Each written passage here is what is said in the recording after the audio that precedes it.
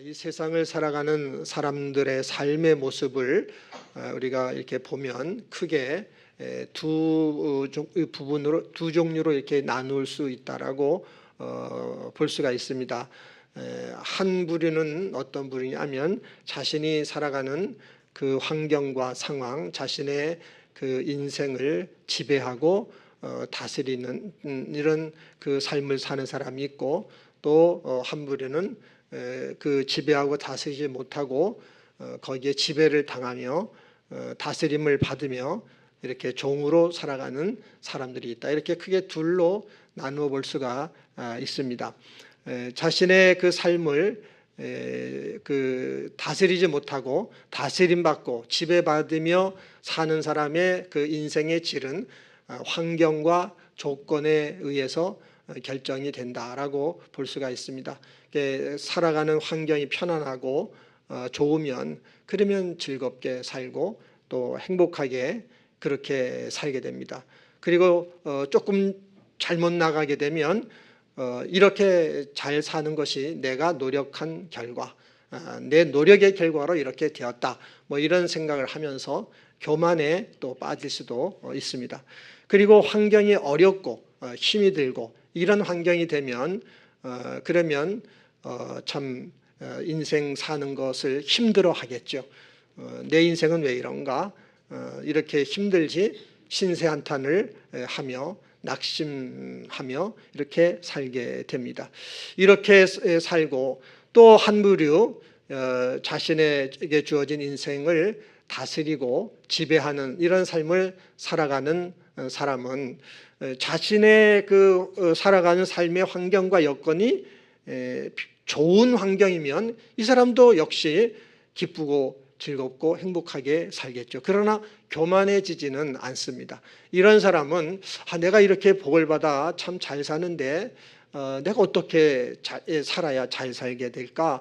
어떻게 살아야 보람 있게 사는 것이 되지? 이런 생각하면서 그 바르게 사는 길, 또 보람 있게 사는 길을 찾아서 그렇게 삶을 살아가게 됩니다. 그리고 자신의 환경과 여건이 힘들고 어려워지게 되면 물론 인간인지는 낙심이 오겠지만은 거기에서도 낙심에 붙들리지 않고 그 환경을 극복하면서 어떻게 살면 잘 살게 될까, 나름대로 잘 살게 되는 길을 찾아서 노력하게 됩니다. 우리 성도님들은 지금까지 살아온 인생을 이렇게 어떤 때는 환경의 다스림을 받기도 하고 어떤 때는 그 환경을 다스리고 이렇게 왔다 갔다 하면서 살아오셨을 텐데, 주로 이 두 가지를 볼 때 어느 쪽으로 많이 여러분의 인생을 살아온 것 같은지 한번 각자 자신의 삶을 한번 생각해 보시기를 바랍니다. 바라기는 앞으로 우리가 살아갈 우리의 인생, 우리의 환경과 조건에 지배와 다스림을 받는 인생이 아니라 지배하고 다스리는 멋진 삶을 살아가는 우리 성도님들이 되시기를 바랍니다. 여러분, 그런 삶을 어떻게 살 수 있느냐 하면은 그런 삶은 오직 믿음으로만 그런 삶을 살아갈 수가 있어요. 그래서 우리는 믿음으로 살기 위하여 이렇게 예수님 믿고 신앙생활하고 있는 줄 믿습니다. 우리 인생을 오직 믿음으로 살기 위해서. 여러분, 근데 그 믿음이란 게 뭘까요?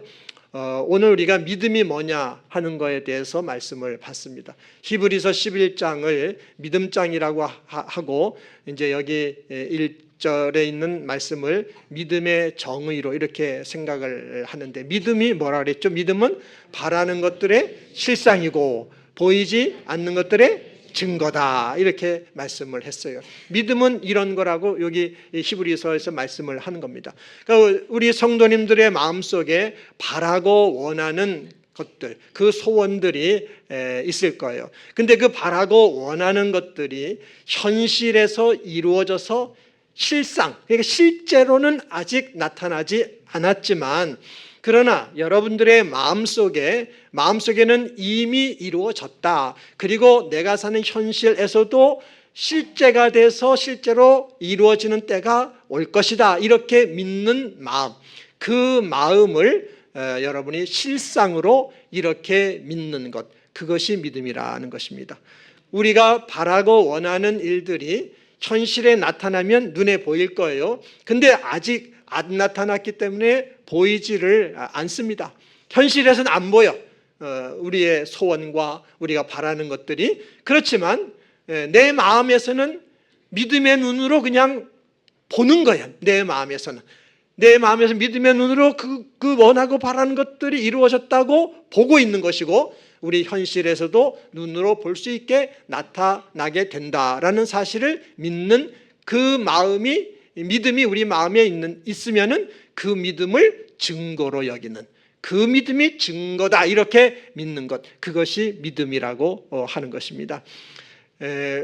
세상 사람들은 실상이나 증거, 그러니까 실제나 증거는 현실에서 나타나서 그걸 볼 수 있어야 그거를 실상이다 또는 증거다라고 인정을 합니다. 그렇지만 믿음으로 사는 사람은 그것이 아니라 마음속에 있는 믿음, 그 믿음을 실상으로, 그것을 증거로 믿고 사는 사람이, 그 사람이 믿음으로 사는 사람입니다.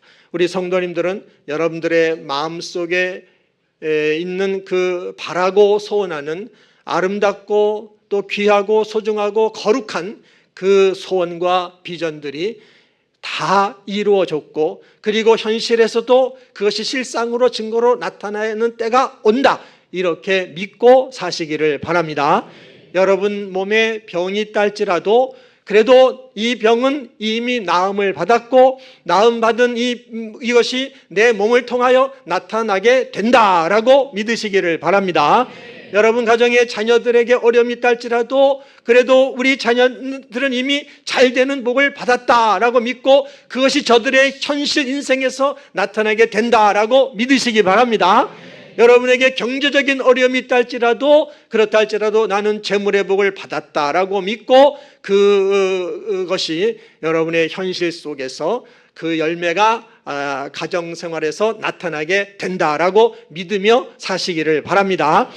이렇게 말씀을 드리면 여러분 중에서 아니 그건 좀 억지 아니에요? 이런 생각을 하시는 분도 있을 수가 있어요. 억지 같죠? 그 참 무식한 말처럼 들릴 수도 있어요. 왜냐하면 내 현실에는 아직 내 몸이 병이 있고 아프단 말이죠. 경제적으로 내 가정이 어려운 가운데 있는 게 현실이란 말이죠. 우리 자녀가 어려운 가운데 있는 것이 현실이란 말이죠.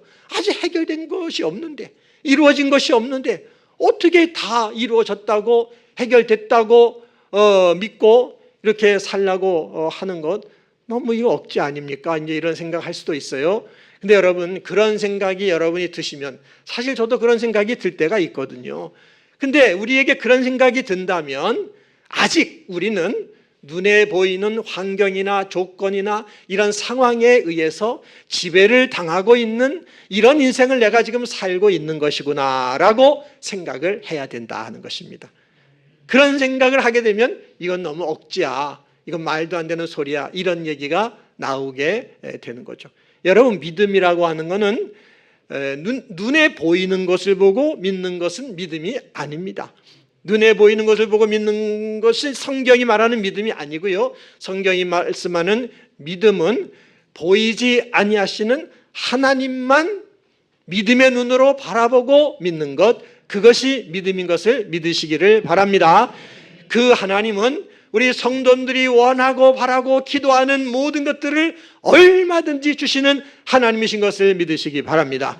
그 하나님은 만물을 창조하신 하나님이세요. 없는 데서 유를 창조하신 하나님이시고, 안 되는 것을 되게 하신 하나님이시요, 또 불가능한 것을 가능하게 하시는 그분이 하나님이신 걸 믿으시기를 바랍니다. 믿음은 이 하나님을 믿는 거죠. 이 하나님을 믿는 믿음, 그 믿음이 내 마음에 있어. 내 마음에 있는 이 믿음이 나에게는 실상이다, 이 믿음이 나에게는 증거다, 이렇게 믿고 사는 것, 이것이 믿음으로 사는 것임을 믿으시기 바랍니다.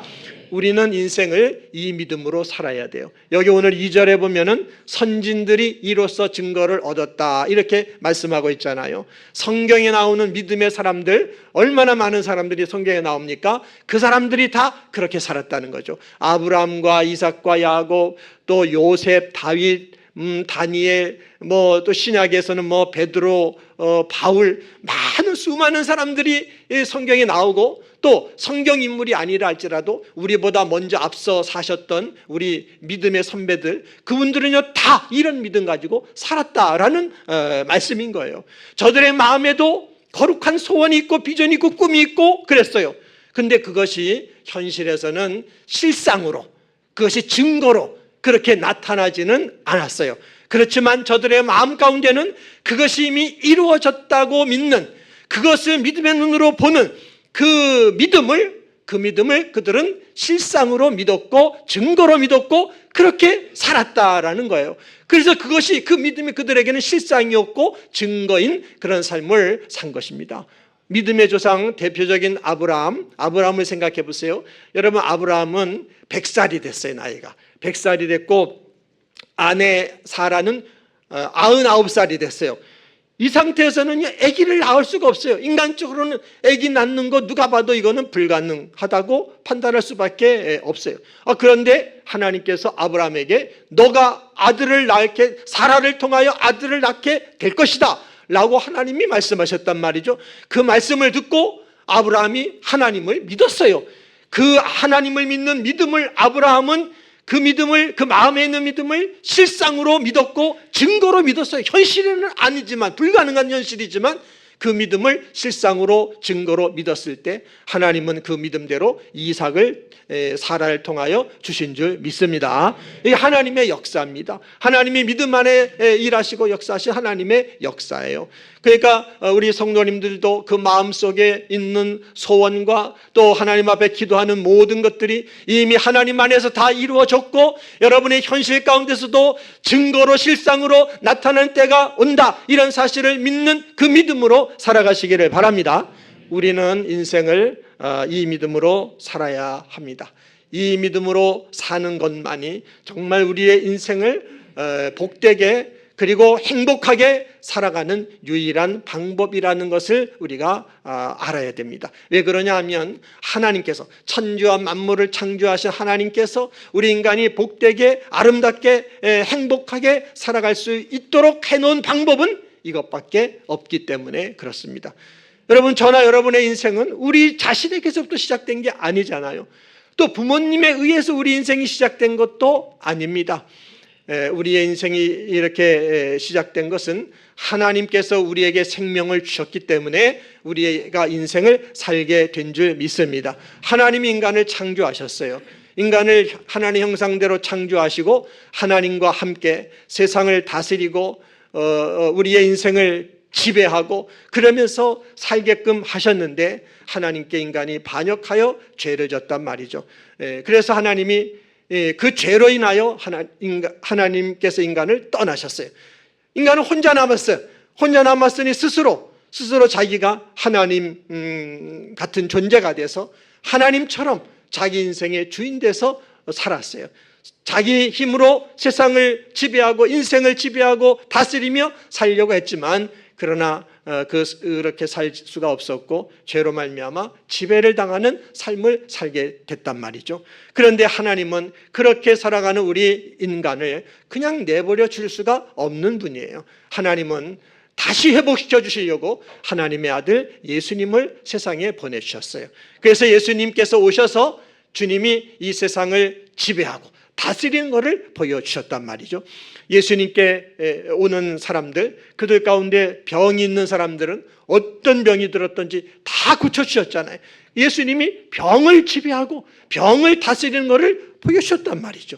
또 귀신 들린 사람, 귀신에게 끌려 다니는 사람이 왔을 때에 예수님께서 그 귀신을 쫓아줌으로 귀신도 주님이 다스리고 계시는구나, 이것도 주님이 보여주셨단 말이죠. 먹을 것이 없는 사람, 마실 포도주가 없는 사람, 또 입을 옷이 없는 사람, 이런 사람들에게 주님께서는요 그것들을 다 해결해 주시면서 우리의 모든 일용할 양식, 의식주도 이것도 지배하고 이것도 다스리는 분이 주님이구나 하는 것을 보여주셨단 말이죠. 심지어는 죽어있는 사람까지 살려주셨어요. 죽음도 다스리는 분임을 보여주신 줄 믿습니다.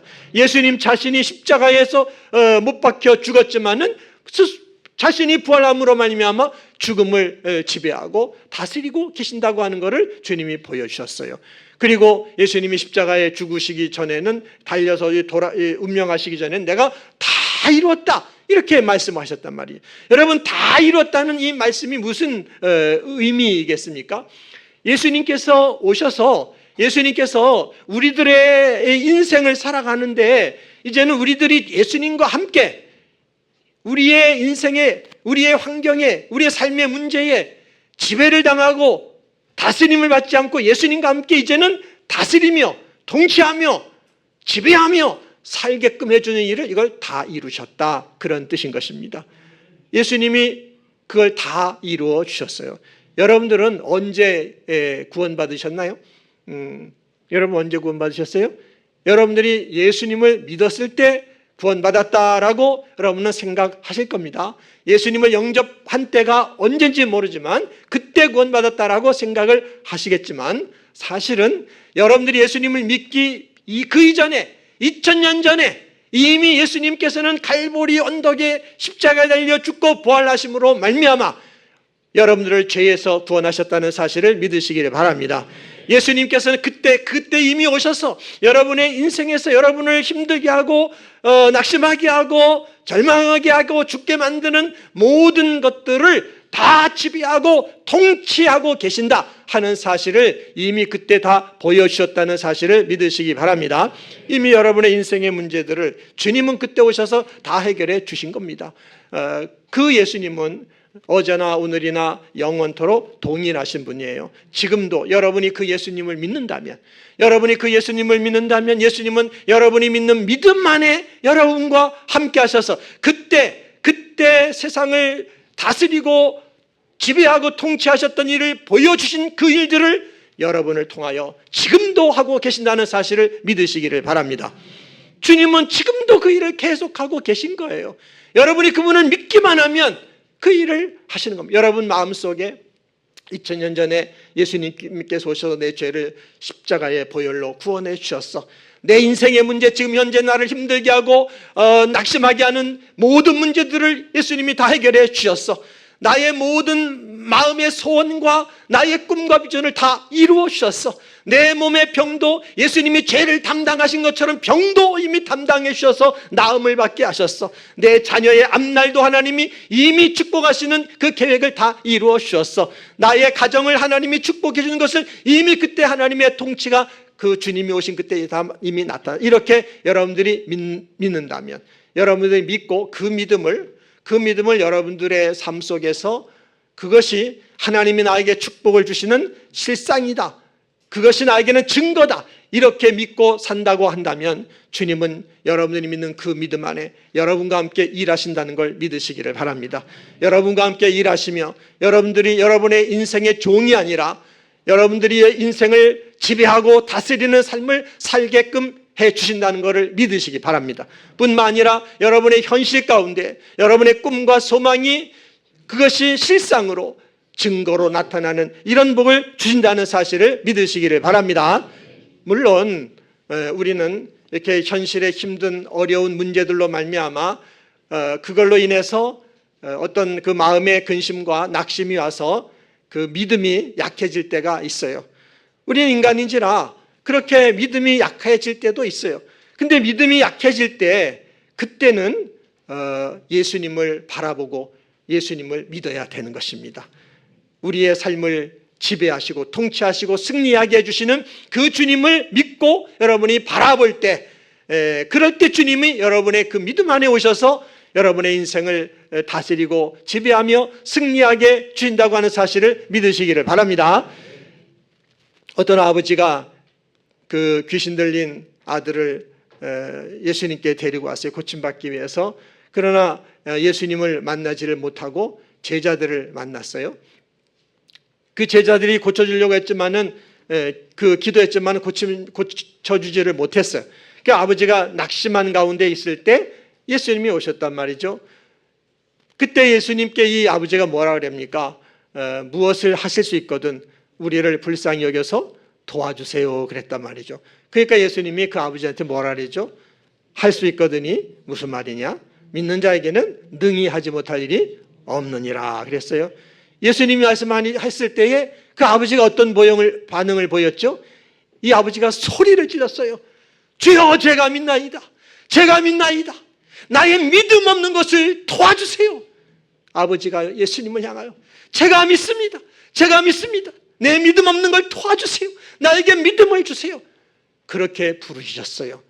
그렇게 회개하면서 자신의 믿음 없는 걸 회개하면서 예수님을 향하여 부르짖고 믿음을 달라고 나갈 때 예수님이 그의 믿음을 통해 그 아들의 병을 고쳐주신 줄 믿습니다.